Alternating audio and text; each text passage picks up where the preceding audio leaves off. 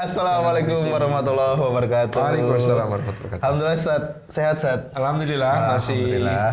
di bulan Ramadan kita harus jaga kesehatan. Betul. Teman-teman perlu jaga asupan ya, sahurnya. Meskipun kadang-kadang kan sahur itu malas makan ya, Betul. tapi harus tetap diisi. Harus tetap ada asupan sambil banyak beristighfar di waktu sahur, itu yang terbaik. Buka puasa juga jangan berlebihan. Betul. Ya. Perhatikan keseimbangan gizinya, dan juga ikut sunnahnya, jangan langsung berat-berat. Ya, Rasulullah itu kadang minum air putih dulu, sholat maghrib baru makan. Masya Allah. Kita Kadang kita juga sebelum lapar maghrib, mata, Tat. apa mau dibeli? Iya. Tapi ketika waktunya tiba buka puasa, ternyata seteguk air putih sudah tentram. Cukup. Ya. Ya. Nah Ustaz, di kesempatan hari 10 ini. hari terakhir ini loh, Betul. udah masuk, kita sedang berburu Lailatul Qadar. Ada yang teman-teman lagi itikaf, ada yang teman-teman lagi berbagai macam kegiatan untuk mengisi akhir Ramadan, barakallah. Kita lagi bahas seorang sahabat yang menjadi permata ilmu di Madinah. Nah ini boleh Kok sahabat? Tabiin. Tabiin Ustaz ya? Iya. Nah boleh diceritain beliau ini siapa dan apa keistimewaan beliau itu? Ini namanya Rabi'ah bin Abdurrahman atau Rabi'ah bin Farrukh Abi Abdurrahman. Yang Rabi'ah ini putra dari seorang bernama Farrukh yang dulunya budak. Farrukh ini budak tapi jagoan. Jadi dia pegulat. Pegulat. Pandai memainkan tombak, pedang, panah, senjata-senjata, hingga dia bergiat dalam jihad fisabilillah bersama tuannya. Tuannya namanya Rabi' bin Ziyad Al-Harisi. Rabi' bin Ziyad Al-Harisi ini seorang panglima muslim yang sangat tangguh pada masa pemerintahan Sayyidina Umar bin Khattab. Dia memimpin futuhat di wilayah Persia Dalam. Oke. Persia Dalam itu dulu disebut sebagai Mawara'an Nahar. Apa itu? Mawara'an Nahar itu artinya daerah di belakang sungai. Oke, di belakang sungai. Yang dimaksud sungai di situ adalah Sungai Seihun atau Sungai Jaihun yang ada di wilayah Persia sebelah timur laut. Nah, daerah Mawara'an Nahar ini adalah bangsa-bangsa yang menghuninya, bangsa Atrak dan bangsa Tartar. Atrak itu artinya suku-suku subsuku Turki. Oh ya, juga udah mengarah ke Wilayah Turki itu. ya, Tat ya? Tapi itu yang dimaksud Turkistan dulu itu membentang dari sebelah timur Cina sampai kemudian ke daratan Asia Kecil. Besar ya, Tat? Itu daerah yang disebut daerah Atrak, daerah orang-orang Turki. Nah, sekarang disebut sebagai daerah Turkistan. Nah, Turkistan itu yang meliputi Turki, kemudian Kazakhstan, Uzbekistan, Kirgistan, Turkistan Timur, Uyghur, itu termasuk sebagai daerah yang disebut sebagai Turkistan. Di masa lalu. Luas sekali itu. Itu kalau berdiri jadi satu negara sendiri lebih besar daripada Rusia. Karena itu ya? bentangannya Panjang ya, panjang sekali antara Asia Kecil di barat sampai ke wilayah Cina di timur. Masya Allah. Nah, ini dengan berjihad ke daerah Mawara'an Nahar atau daerah, kalau di nama latinnya disebut Transoxiana. Transoxiana itu Mawara'an Nahar, atau yang di dalam perbatasan tadi disebut sebagai daerah-daerah Atrak, daerah orang-orang Turki. Nah, dengan dibukanya wilayah Transoxiana atau Mawara'an Nahar ini, bisa Islam disebarkan ke suku-suku Turki, suku-suku Tartar, suku-suku Mongol yang kemudian ada di sebelah timur laut dari wilayah Persia tersebut. Jadi memang pembukaan Mawara'an Nahar atau daerah Transoxiana ini sangat penting. Betul. Strategis untuk bisa menyebarkan, mensyiarkan agama Islam ke arah timur. Karena kalau wilayah ini masih dikuasai musuh, maka akan sulit mengirimkan dai-dai Islam ke wilayah yang jauh tersebut. Nah, pada saat itu Rabi' bin Ziyad Al-Harisi setelah berhasil membuka atau melakukan futuhat di wilayah Transoxiana, kemudian beliau memutuskan untuk membangun kota-kota benteng di situ. Nah, Farrukh ikut di situ karena selesai perang kemudian dilakukanlah pembagian ghanimah. Nah, Farrukh sendiri karena kepahlawanannya ya kelihatan ya kalau jagoan di tengah medan perang, bertarung, melakukan berbagai macam manuver dan kemudian bisa mengalahkan banyak musuh, maka dia mendapatkan penghargaan yang sangat besar. Dikatakan pada waktu itu dia mendapatkan bagian 30.000 dinar. Masya Allah. Dari apa yang kemudian dibagi sebagai ghanimah. 30.000 dinar itu kalikan 4 juta. 4 juta. Kali 30. 120 M. Iya, 120 M. Lumayan ya, 120 miliar. Nah, maka ternyata Rabi bin Ziyad Al-Harisi ini tidak lama kemudian wafat sesudah berhasil melaksanakan tugasnya untuk membuka wilayah Transoksiana atau wilayah Mawara an-Nahar. Maka Farruh, ya karena tuannya ketika akan meninggal itu membebaskan dari perbudakan, jadilah dia orang yang bebas. Lalu dia pulang ke ibu kota kaum muslimin di Madinah. Di masa pemerintahan Sayyidina Umar bin Khattab. Madinah sedang makmur-makmurnya, Madinah sedang dalam keadaan yang sangat penuh kedamaian dan ketentraman. Maka Farruh kemudian beli rumah kecil sederhana, punya pekarangan. Lalu dia pun menikah. Usianya waktu itu sudah 30-an. Farruh menikah dengan seorang wanita yang salihah, muslimah yang taat. Ketika mereka menikah, akhirnya kemudian mereka dikaruniai kehamilan istrinya. Istrinya hamil. Ketika usia kandungannya bertambah, ternyata qadarallahu masya'afal, pada saat itu ada panggilan jihad lagi. Panggilan jihad ke wilayah yang lebih jauh, ya, Ba'da Mawar an-Nahar, ke arah sana lagi. Maka Farruh ini kan memang orang lapangan. Betul. Orang yang suka di medan tempur, orang yang kemudian sangat rindu merasakan atmosfer jihad fisabilillah. Hidupnya itu ya memang untuk jihad fisabilillah. Maka dia pamit sama istrinya. Istriku, aku pamit. Mau kemana, Bang? Nah, mau panggilan jihad, masa aku tidak memenuhi panggilan ketika Amirul Mukminin sudah memerintahkan kita semua untuk berjihad fisabilillah. Aku harap engkau tenang, jangan takut. Kepada siapa abang menitipkan aku? Dan di sini abang nggak punya keluarga, nggak punya kerabat, ya. Aku sendirian nanti. Maka kata Farruh, aku titipkan engkau kepada Allah. Masya Allah. Dan ini aku titip anak kita, harga 30.000 dinar.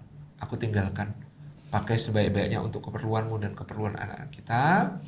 Tidak usah kamu repot-repot untuk bersusah payah, pakai itu sejauh cukup, insya Allah. Namanya tabungan 120 M kan harusnya memang cukup. Insya Allah ya. cukup. Ya, insya Allah. Jadi aku pamit, aku berangkat. Mudah-mudahan tidak lama. Ketika kemudian Farruh berangkat, 1 tahun, 2 tahun, 3 tahun, nggak ada kabar sama sekali. Jadi anak itu sudah lahir, sudah tumbuh menjadi bocah yang sangat lucu, tampan, dan cerdas. 4 tahun nggak ada kabar. Isunya sih ada yang bilang dia mungkin syahid, ada yang bilang dia tertangkap musuh, ada yang bilang dia meneruskan jihad ke tanah yang lebih jauh lagi sehingga tidak sempat pulang, gitu ya. Wah, banyak kemungkinan, banyak spekulasi. Sampai akhirnya sang muslimah salihah ini merasa bahwa memang kalau sudah 4 tahun kok nggak ada kabar sama sekali, barangkali memang dia syahid di medan perang.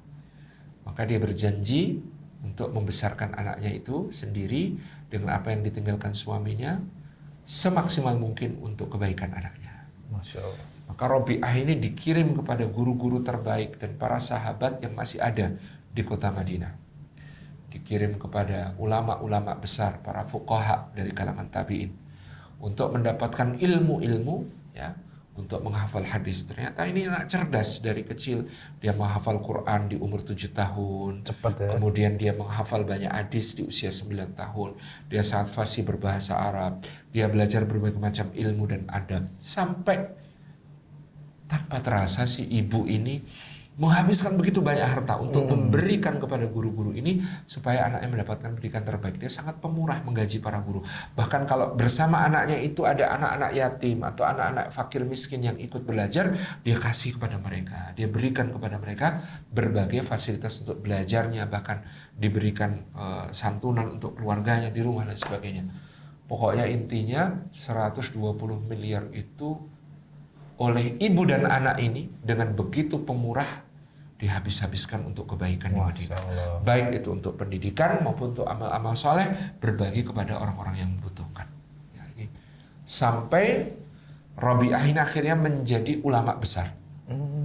Rabi'ah ini ya berguru kepada para fuqaha Madinah, berguru kepada Al-Qasim bin Muhammad, berguru kepada Salim bin Abdullah, berguru kepada Kharijah bin Zaid bin Sabit, berguru kepada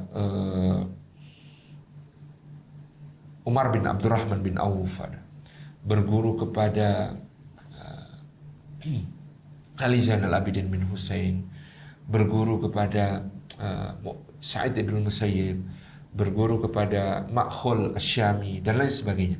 Jadi semua ulama yang ada di Madinah itu dia datangi untuk mendapatkan ilmu, dan dia selalu memberikan harta yang banyak untuk mereka. Jadilah dia ulama di usia yang sangat muda, di usia 25 tahun dia sudah diizinkan untuk menjadi guru muallim di Masjid Nabawi dan berfatwa di Masjid Nabawi. Sampai pada kira-kira 30 tahun setelah perginya Farruh, sudah tidak ada kabar selama 30 tahun. Alhamdulillah, Masya Allah, pada hari itu seorang mujahid berusia 60-an ya, dengan badan yang masih kekar, rambutnya putih, bawa tombak dan menyandang pedang, masuk ke dalam kota Madinah tanpa dikenali. Orang sudah nggak ingat. Iya, udah berapa puluh tahun. 30 tahun. Dan kemudian dia masuki kota Madinah dengan harap-harap cemas ini. Rumahku masih di sana apa enggak? Anak istriku bagaimana? Apakah istriku masih hidup? Apakah anakku lahir dengan selamat? Bagaimana kalau dia meninggal? Pokoknya penuh pertanyaan. Dan orang-orang juga tidak memperhatikan dia karena ya di masa itu di kota Madinah biasa sekali para mujahid datang dan pergi di dalam tugasnya untuk melaksanakan perintah para khalifah untuk berjihad fisabilillah. Masuk kota Madinah, dia nyari-nyari. Lokasi rumahnya dia masih ingat. Sudah di sekitarnya sudah banyak rumah-rumah yang lain. Dia masuk di perkampungan itu dan dia lihat itu gerbang rumahnya itu terbuka. Dan itu malam hari. Ya, hanya sinar bulan purnama yang menerangi kota Madinah. Maka Farruh, ya ini rumahku, dia langsung masuk ketika pintunya terbuka, Mak, bludus. Begitu dia masuk, tiba-tiba dari arah ruang tamu keluar seorang pemuda yang gagah dan tampan. Dia lihat ada orang masuk ke pekarangannya, dia marah besar, dia mengatakan, Subhanallah, siapakah engkau sehingga dengan lancang masuk ke rumahku dan melanggar kehormatanku? Akan ku hajar engkau atau ku hadapkan pada hakim. Kemudian, ini rumahku, kata Farruh. Siapa kamu berani-berani yang menghalangi aku masuk rumahku? Ini rumahku. Ya, akhirnya kemudian mereka berkelahi dan bertengkar dan bulat karena sama-sama kuat perkasa. Sampai kemudian tetangga-tetangga datang, ada apa ini? Itu ada penyusup masuk ke rumah gini-gini. Masa diajar sama si empunya rumah. Tapi itu kayak kuat perkasa gitu ya orangnya tuh. Apalagi dia bawa tombak, bawa pedang gitu, bawa senjata. Malam-malam pula gitu kan. Maka ketika terdengar keributan itu, ya si ibunya Rabi'ah, Ummu Rabi'ah yang ada di dalam, mendengar suara ribut-ribut, dia keluar, dia melihat, dia nangis nyaris nggak bisa bicara karena bayangkan suami nggak ketemu 30 tahun gitu ya, dan dengan lidah keluh dia terbata-bata mengatakan, Rabi'ah, cukup, hentikan, itu ayahmu gitu ya. Waget semuanya dan mengatakan, wahai Farruh, itu engkau, kata tetangga-tetangga tua-tua yang masih ingat dulu ada tetangganya namanya Farruh. Betulkah itu engkau? Kemudian Farruh mengatakan, betul, ini aku, ini rumahku. Betul, ya Allah. Itu yang kamu kelahi sama dia, itu anakmu sendiri. Akhirnya kemudian dipeluk gitu ya, saking harunya 30 tahun tidak berjumpa, ditinggalkan ketika masih dalam kandungan. Betul. Ya, dan ya Rabi'ah sendiri mungkin membayangkan bapaknya itu kayak apa gitu ya, nggak pernah nyangka akan bertemu lagi karena dulu mereka semua mengira Farruh sudah gugur fisabilillah. Maka alhamdulillah akhirnya keluarga ini pun berjumpa, bereuni, masuk ke dalam, mereka berbincang sejenak, kemudian karena Farruh juga kelelahan itu istirahat. Apalagi habis bergulat. Ketika di kamar, sepertiga malam terakhir lewat, kemudian menjelang waktu subuh, Farruh terbangun. Kemudian dia mengeluarkan buntelannya, dia bawa harta 4.000 dinar. Kemudian dia bilang sama istrinya, yang 30.000 dulu masih banyak kan? Nah, 120 M gitu loh. Udah 30 tahun juga. Yang dulu itu masih ada kan, masih banyak kan. Ini aku bawa tambahannya, nanti kita beli kebun, nanti kita beli tanah, nanti kita beli rumah, kita sewakan, kita sepanjang hidup tinggal terima sewanya, insya Allah cukup gitu, kita invest kayak gitu. Istrinya bingung jawabnya gimana gitu ya. Ya jawabnya gimana, mau ngomong apa, dia keluh nggak bisa ngomong. Dia takut ketika mengatakan sudah habis untuk pendidikan putramu. Masa pendidikan habis 120 miliar itu ya? Iya kan. Maksudnya suami akan nuduh dia lebay, nggak amanah. Takutnya dia merasa begitu. Alhamdulillah pada saat itu dia terselamatkan oleh adzan subuh. Wah, Ya, adzan berangkat subuh sholat dulu. berkumandang dari Masjid Nabawi. Kemudian istrinya mengatakan, nanti kita bicarakan setelah sholat subuh. Abang sholat subuh dulu. Ini sudah adzan. Nanti abang ketinggalan. Anak kita mana? Udah berangkat dari tadi bang. Abang berangkat. Oke, akhirnya dia berangkat sholat subuh ke masjid.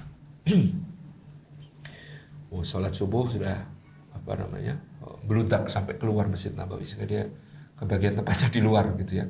Akhirnya kemudian setelah sholat subuh dia mau ziarah kepada Nabi SAW. Namanya orang yang dulu tinggal di Madinah itu kan pertama kali datang yang paling bikin rindu itu kepada Rasulullah SAW.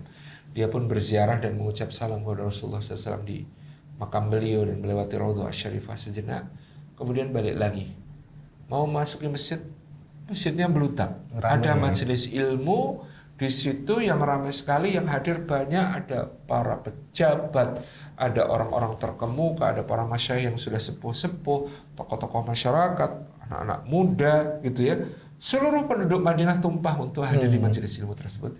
Sampai-sampai dia nggak kebagian tempat sampai akhir di luar. Dia tanya sama orang yang ada di luar.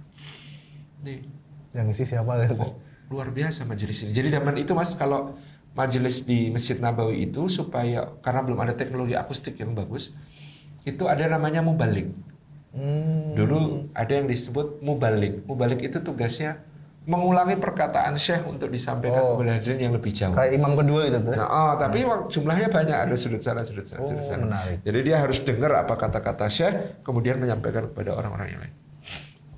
Jadi Faruh hanya bisa dengar dari mubalik, nggak dengar suara langsung, apalagi melihat langsung sosok siapa yang ada di depan. Kok bagus ilmunya, mateng fikihnya, berbagai persoalan keumatan dijawab dengan sangat baik. Selesai majelis baru dia tanya sama orang, ini tadi syekhnya siapa? Keren sekali, ilmunya bagus, Masya Allah. Wah, Anda belum kenal ya ini syekhnya ini, majelisnya ini, Masya Allah, majelis yang berkah. Siapa namanya? Bentar saya cerita. Ini yang hadir, ini dari semua kalangan. Ulama-ulama besar dari berbagai penjuru datang. Lais bin Sa'ad dari Mesir duduk di majelis ini. Abu Hanifah Nu'man dari Irak duduk di majelis ini. Malik bin Anas yang menjadi tokoh cemerlang di kota Madinah juga adalah murid madrasah ini. Kemudian ya dia sebutkan ulama-ulama dari berbagai negeri itu semuanya di sini. Kemudian para pejabat, gubernur, ya wali kota, kemudian para ulama itu duduk semua di sini. Semua tua, muda, besar, kecil, semuanya belajar di sini. Nah, penasaran. Siapa syekhnya siapa? Kesel kayaknya ditanya nggak dijawab. Syekhnya ini namanya Robi'ah. Wah, ilmunya dalam, akhlaknya mulia, adabnya sangat indah.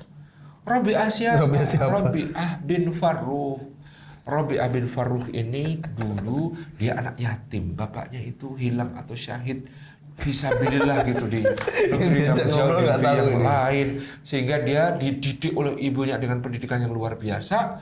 Dimintakan ilmu kepada para ulama. Dulu ibunya tuh dinasehati, udah selalu sudah umur balik, sudah nggak usah belajar lagi, kerja aja gitu ya. Tapi ibunya tuh ngeyel, dia ibunya berambisi menjadikan anaknya itu sebagai ulama. Maka jadilah dia ulama panutan di seluruh Madinah. Siapa namanya? Robi'ah bin Farruh. Farruh yang pergi 30 tahun. Betul, kok saya dengar-dengar kata orang cerita ini. Dia balik. Kemarin katanya dia balik gitu. Nah, makanya Farruh ini sudah bercucuran air mata, nangis gitu ya. Akhirnya dia pulang dengan perasaan tidak karuan, bangga gitu ya. Anakku ternyata sudah jadi ulama besar, menjadi mu'alim di kota Madinah, di kota Nabi sallallahu alaihi wasallam. Begitu sampai di rumah, pandangannya itu berbinar-binar tapi air matanya itu masih tampak ya, berlinang. Istrinya tanya, "Abang kenapa? Kenapa kamu tidak cerita tentang anak kita? Bahwa anak kita sudah menjadi ulama besar. Anak kita sudah menjadi mu'alimnya kota Madinah yang membawa ilmu ke berbagai penjuru." Nah, istrinya kemudian mendapat kesempatan. Momen ini saatnya menjelaskan tentang harta itu. Maka istri ini tanya, "Bang, duduk bang. Saya mau tanya sama abang." Tanya apa, Dik? Antara 30.000 dinar yang abang tinggalkan untuk kami, dengan kedudukan yang dicapai putra abang sekarang, mana yang lebih abang suka? Pertanyaan bagus banget. Pertanyaannya sangat menjebak ya ibu-ibu ini. Mana yang lebih abang suka? Kedudukan yang dicapai sekarang atau uang 30.000 itu? Faruk tersenyum, mungkin sudah paham. Dia mengatakan, bahkan kedudukan anakku sekarang lebih aku sukai daripada dunia seisinya. Masya. Nah, di bapaknya juga paham, akhirnya ibu ini cerita. Maka bang ridhokanlah karena 30.000 dinar itu aku habiskan untuk memberikan bayaran kepada guru-gurunya anak kita, untuk membiayai pendidikan anak-anak yatim yang belajar bersama anak kita, untuk berbagi kepada tetangga dan kerabat dimanapun di seluruh kota Madinah ini. Faruk mengatakan jazakillahu khairan. Tidak salah aku memilih kamu menjadi istriku dan ibu yang solihah untuk anakku ya. 30 tahun ditinggal dan engkau berhasil mendidik putra kita menjadi seorang ulama yang ilmunya menjadi pencerahan bagi penduduk Madinah. Bahkan para ulama besar dari berbagai penjuru datang untuk belajar kepadanya. Maka waktu itu Rabi'ah ini digelari Ar-Ra'i, orang yang memiliki pemikiran yang sangat dalam. Karena semua persoalan fikih penduduk Madinah dia bisa menjawab dengan sangat baik. Itu Rabi'ah bin Abdurrahman Ar-Ra'i, salah satu guru yang paling dihormati oleh Imam Malik bin Anas di Madinah. Ini cerita keluarga beliau. Untuk ibu-ibu yang single parent mungkin ya, untuk yang membesarkan anaknya sendirian, tidak ada pasangan yang mendampingi, jangan putus asa. Selama kita membesarkan anak kita dan mengharap ridho Allah, mencarikan pendidikan terbaik yang kita mampu untuk mereka, dan mereka nanti kelak insya Allah bisa kita harapkan untuk menjadi mutiara ilmu, untuk menjadi penebar kebaikan, untuk menjadi da'i, untuk menjadi orang yang berguna dengan ilmunya bagi nusa bangsa dan agama, maka insya Allah kita tidak akan pernah rugi. Masya Allah. Nah, kisahnya. Wah, kisahnya sangat mengharukan Ustaz ya. Iya, kisah 30 tahun, nggak kebayang ya. 30 tahun. Dan ini menjadi sebuah kalimat penting juga Ustaz, bahwa penting untuk mencari pasangan yang benar-benar tepat soleh atau soleha gitu ya. Di 30 tahun tetap dititipi 30.000 dinar habis. Dan dulu ada cerita. Investasi yang tidak pernah rugi Ustaz. Itu tadi 30 miliar. Ada cerita, ada santrinya Kiai Haji Hasyim Asy'ari datang, Pak Kiai, saya titip anak saya, tolong dicarikan calon istri. Pak Kiai Haji Hasyim Asy'ari bertanya, oh mau istri yang santri atau istri yang Cino? Masih gak ada? Oh istri yang Cina Pak Kiai, ya istri yang santri. Oh ya kalau begitu gampang. Akhirnya dinikahkan dengan seorang santri perempuan. Begitu menikah, beberapa waktu kemudian si orang tua santri ini datang menghadap kepada Kiai Hasyim Asy'ari protes. Kiai kok menantu saya kerjanya ngabisin uang. Loh kan kemarin saya tawari pilih istri santri atau istri Cino. Kalau yang pinter golek duit namanya istri Cino. Kalau udah mau santri itu ya pinternya ngabisin duit bukan golek duit. Masya Allah. Nah ini santri ini di dalam 30 tahun menghabiskan 120 miliar. 120 miliar. Berarti dalam 10 tahun menghabiskan 12 miliar per tahun. Oh ya.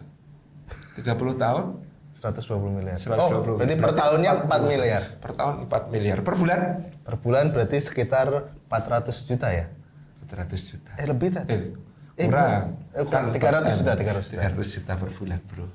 Sehari 10 juta. Sehari 10 juta. Oke. Wah, ini berarti pentingnya mencari istri solihah yang bisa menghabiskan 10 juta per hari. 10 juta per hari. Per hari. Dan itu untuk kebaikan. Masya Dan Allah. itu untuk amal soleh. Kalau makan ya biasa, nggak mewah gitu ya. Nggak punya sepeda Brompton, nggak punya Harley 10 Davidson. juta per hari itu Rubicon, buat apa ya. tadi sehari? Ya bagi-bagi Iya, pasti. iya. Ya. Untuk Jadi mungkin hartanya berkah ya Tad ya? berkah sekali, luar Masya biasa. Allah.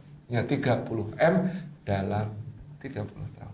120 M. 120 M dalam 30 tahun. Habis saudara-saudara, habis. Oke, para istri bersiap-siaplah habiskan 10 juta per hari. Memang rumah tangga itu harus pintar menghabiskan uang. Karena banyak rumah tangga bermasalah secara finansial. Bukan karena tidak punya kemampuan untuk menghasilkan uang. Tapi karena tidak punya kemampuan menghabiskan uang. Menghabiskan uang itu ngerti. Statementnya benar Mana itu. prioritas. Kadang kan orang belanja tidak prioritas. Itu berarti tidak punya kemampuan menghabiskan uang. Wah betul juga. Iya. Menarik ini statementnya. Tat. Iya, Oke, gitu. ini mungkin perlu dibahas di series lainnya. Saya bahagia merayakan cinta. Kapan ya? Wah, Oke, insya teman-teman Allah. yang disayang oleh Allah, kita pamit dulu. Jangan lupa untuk tetap daftar.